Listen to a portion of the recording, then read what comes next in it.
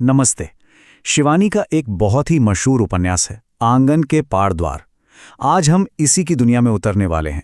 एक गहरा सफर करेंगे और समझने की कोशिश करेंगे कि वो दीवारें और दरवाजे जो हमारे घरों में होते हैं, उनका हमारी जिंदगी पे क्या असर पड़ता है, वो कैसे हमारी जिंदगी को एक शक्ल देते हैं। लेकिन इस सफर की शुरुआत करने से पहले चलिए एक सवाल पर सोचते हैं। जरा सोचिए, एक घर की चारदीवारी में कितनी कहानियां, कितनी बातें कैद होती हैं। ये सिर्फ एक सवाल नहीं है, समझ लीजिए कि यही इस उपन्यास की आत्मा है। यही वो सवाल है जो हमें घरेलू जिंदगी की गहराइयों में और लोगों की उन इच्छाओं तक ले जाता है जो कभी कहीं नहीं गई। तो चलिए शुरू करते हैं। हमारा पहला पड़ाव है एक आंगन कई दुनियाएं। सबसे पहले उसी जगह को समझना जरूरी है जहां से ये पूरी कहानी निकलती है, जहां इसकी जड़ें हैं। अब इस उपन्यास में आंगन का मतलब बड़ा गहरा है।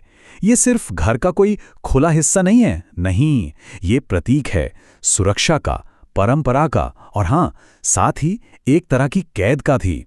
आप कह सकते हैं कि यही वो स्टेज है, वो मंच जहां कहानी का पूरा ड्रामा रचा जाता है। तो होता क्या है इस आंगन में? ये एक ऐसी जगह है जहां परिवार की इज्जत, उसके मान सम्मान को सहेज कर रखा जाता है और जो समाज के नियम कायदे हैं उन्हें बड़ी सख्ती से लागू किया जाता है। तो यहाँ एक अजीब सा तनाव हमेशा बना रहता है। मतलब एक तरफ तो ये आंगन एक महफूज पनाहगाह जैसा लगता है और दूसरी ही तरफ एक पिंजरे जैसा। तो ऐसे माहौल में रहते कौन है? चलिए अब मिलते हैं कहानी के किरदारों से। हमारा दूसरा खंड है परंपरा और विद्रोह के पात्र। ये वो लोग हैं जो इन दो ताकतों के बीच, परंपरा और विद्रोह के बीच बटे हुए हैं। देखिए, इस उपन्यास का जो दिल है ना, वो इसी टकराव में है, परंपरा और विद्रोह के बीच के टकराव में। कहानी में आपको साफ साफ दो तरह के लोग दिखेंगे। एक तरफ वो जो पुराने रीति रिवाजों और परिवार के फर्ज को सबसे ऊपर रखते हैं, और दूसरी तरफ वो लोग हैं जो आधुनिकता चाहते हैं, आज़ादी चाहते हैं, अपनी इच्छाओं को पूरा करना चाहते हैं। और यहीं पर आता है द्वार, यानी दरवाजा। ये दरवाजा यहां सिर्फ एक दरवाजा नहीं, बल्कि एक चुनाव का, एक चॉइस का प्रतीक है।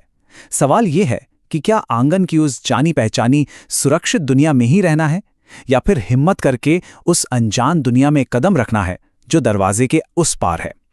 कहानी का हर किरदार कहीं ना कहीं इसी दरवाजे पर खड़ा है और एक फैसले का इंतजार कर रहा है। अच्छा, तो ये किरदार एक दूसरे से जुड़े कैसे हैं? अब बात करते हैं उन धागों की, उस जाल की जो इन सबको आपस में बांधता है। हमारा तीसरा खंड है रिश्तों का जटिल जाल। इस कहानी में रिश्ते भाई बिल्कुल भी सीधे सादे नहीं है। कुछ रिश्ते आपको प्यार भरे, स्नेहपूर्ण लगेंगे, कुछ में जबरदस्त तनाव दिखेगा, और ज्यादातर रिश्ते तो इतने उलझे हुए, इतने जटिल हैं कि उन्हें समझना ही मुश्किल है।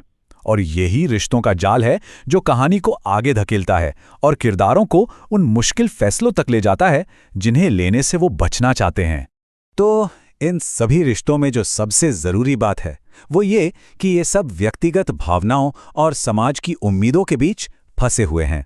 एक तरफ दिल की चाहत है, दूसरी तरफ परिवार के प्रति कर्तव्य, और इसी कश्मकश, इसी लड़ाई से उपन्यास का असली ड्रामा पैदा होता है। चलिए अब एक ऐसे पहलू पर आते हैं जो बहुत बहुत जरूरी है, और ये शिवानी की लेखनी की खास पहचान भी है। हमारा चौथा खंड है स्त्री जीवन का यथार्थ।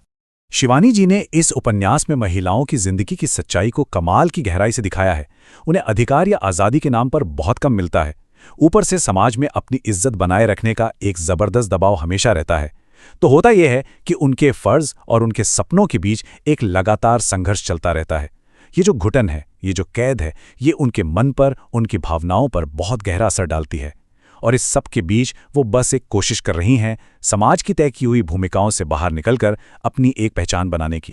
और सच कहूं तो यही इस उपन्यास का सबसे केंद्रीय विषय है।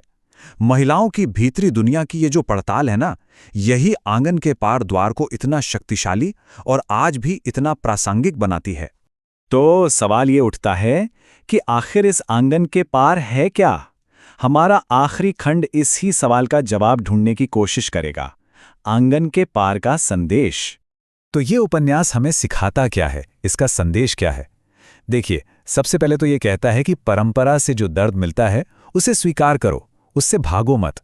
फिर ये हमें उकसाता है कि समाज के बनाए ढांचों पर सवाल उठाओ और फिर ये प्रेरणा देता है कि बदलाव लाने के लिए अपने अंदर हिम्मत खोजो, और आखिर में ये कहता है कि अपनी दुनिया की परिभाषा खुद तय करो। एक बात साफ है, ये उपन्यास कोई पका पकाया या आसान जवाब नहीं देता, बिल्कुल नहीं। बल्कि इसकी असली ताकत तो इस बात को दिखाने में है कि अपनी ही दुनिया पर, अपने ही सच पर सवाल उठाने के लिए कितनी ज्यादा हिम्मत चाहिए होती है। ये हमें बस सोचने पर मजबूर कर देता है। और जाते जाते ये कहानी हमारे लिए एक सवाल छोड़ जाती है। जरा सोचिए, क्या आज भी हमारे समय में हर घर के अंदर किसी न किसी रूप में एक आंगन और एक द्वार मौजूद नहीं है? एक ऐसा दायरा जो सुरक्षा तो देता है पर कहीं ना कहीं हमें बांधता भी है, और एक ऐसा दरवाज़ा जो बाहर की एक अलग अनजान दुनिया का रास्ता दिखाता है। इस पर सोचिएगा ज़रूर।